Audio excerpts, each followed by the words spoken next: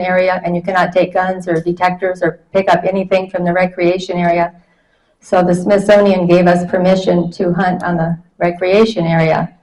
And again, why the Smithsonian? We were never told. That's just what was said. Maybe, it's basically the policy is that if it falls on your land, you own it. If it falls on public land or government land, it belongs to the government, so they have the first rights to it. And then, as she says, you have to have permission to hunt in certain areas.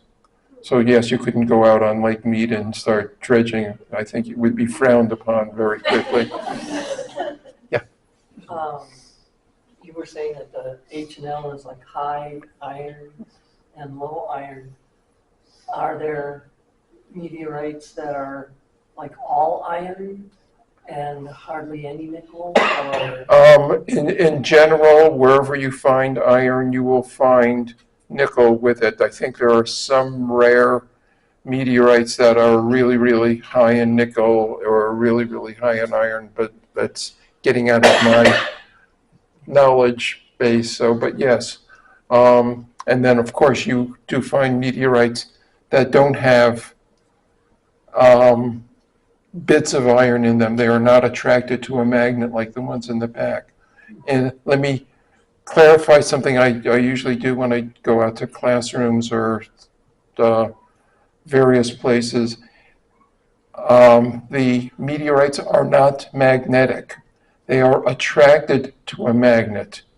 So in other words, if you take a magnet and put it against it, it will stick.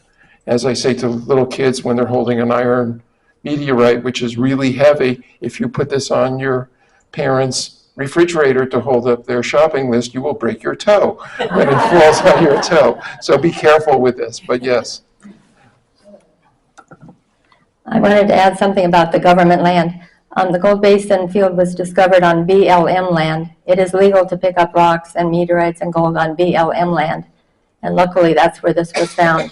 Part of the land up there was private. It was railroad land and a couple of private. So Jim, with his topo map and his civil engineering background, we knew where we could go and where we couldn't.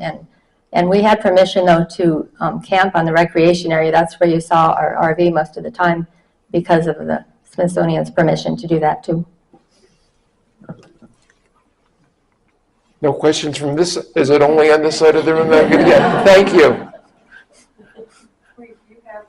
You have a slice of your meteorite on your necklace right there. Yes. If we had a magnet, would it? Yes. Yeah, even a refrigerator magnet, a piece this big, it'll stick to it, yes. Any other questions? Any other answers? Yeah. Almost all meteorites that have been discovered on Earth, have they all dated back to 4.6, 4.5 billion years old? There are, I'm actually writing up a brochure about that right now, is that the meteorites that come from the asteroid belt, so from the asteroids, are pretty much 4.5667 billion years old, give or take a little bit. I think the uncertainty is like 1 million years or so now. There are meteorites that are younger than that, and those are from objects that were big enough for the iron to go to the core because it's heavy. Like, gravity takes the denser stuff and it goes to the core, and then you end up with a crustal surface that's a basalt or something like that. Those can be anywhere from about 4 billion years old down to 2 billion years, or I think 200 million at the youngest, and all of those are from either the moon or Mars. So it's based on content, though, to estimate how old it is? That is correct, yeah. I mean, you can radioactive date the minerals in there, and that's what you get, but yeah. But basically, and those are ones that have no flakes of iron in them because all the iron has gone to the core. I know that the 15,000 years the U of A came up with for the Gold Basin fall was done with a beryllium test, whatever that is. Yes. So radioactive decay of beryllium into something. or from something to beryllium, I'm not sure, but yes. It was not carbon, they said. Is that not, carbon is only good for trees and other good things like that. You have to use uranium, thorium, or something on that order for the really old stuff. I have this image of you slowly walking for 8 hours. How much time did you spend every day, just waiting? Well, yes, we went out we even went in the winter when it was so cold that you had to turn the volume in your earphones up all the way just to hear something your detector might hear. So I found out I was a lot stronger than I thought I was because I wanted to keep up with the guys. We would go out after we'd eat breakfast at 6 or so and get out by 7 or in the winter whenever it was light or in the summer earlier and hunt till noon, come back to the RV and actually fix lunch, and then go out in the afternoon till 4:30, and then come back and everybody kind of take showers and cook dinner. And then in the evening you saw what we did with the weighing and making the map and everything. So yes, we did. If I would get tired, I'd just sit down and lean against a Joshua tree for a while and then get up again. And I'm not quite sure what the guys did, but I did need to rest once in a while. But yeah, we were out, when you were out with the car, you just made the most of your time. And it was fun, it was just a lot of fun. I'm just curious, that's a hobby, the metal detector. How much is that? How much do they cost? Yes. Well, you can get an inexpensive one for $250, but they won't hear gold or meteorites really unless it's an iron meteorite. Anything will hear an iron meteorite, in any cheap one. And now they're coming out with more sophisticated computerized ones. When the ones you saw us use, we had to manually turn the knobs to ground balance them every time we went out and kind of change it if the land changed. So we got good at that, but the ones now, I just got, and those were about $500 30 years ago.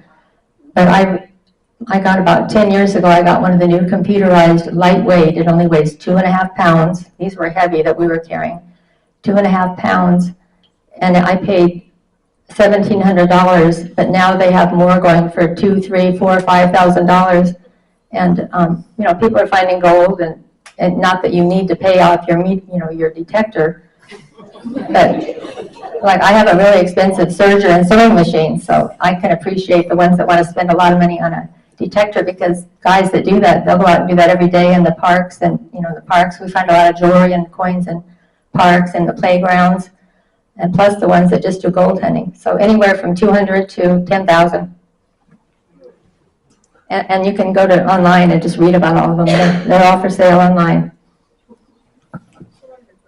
Yeah.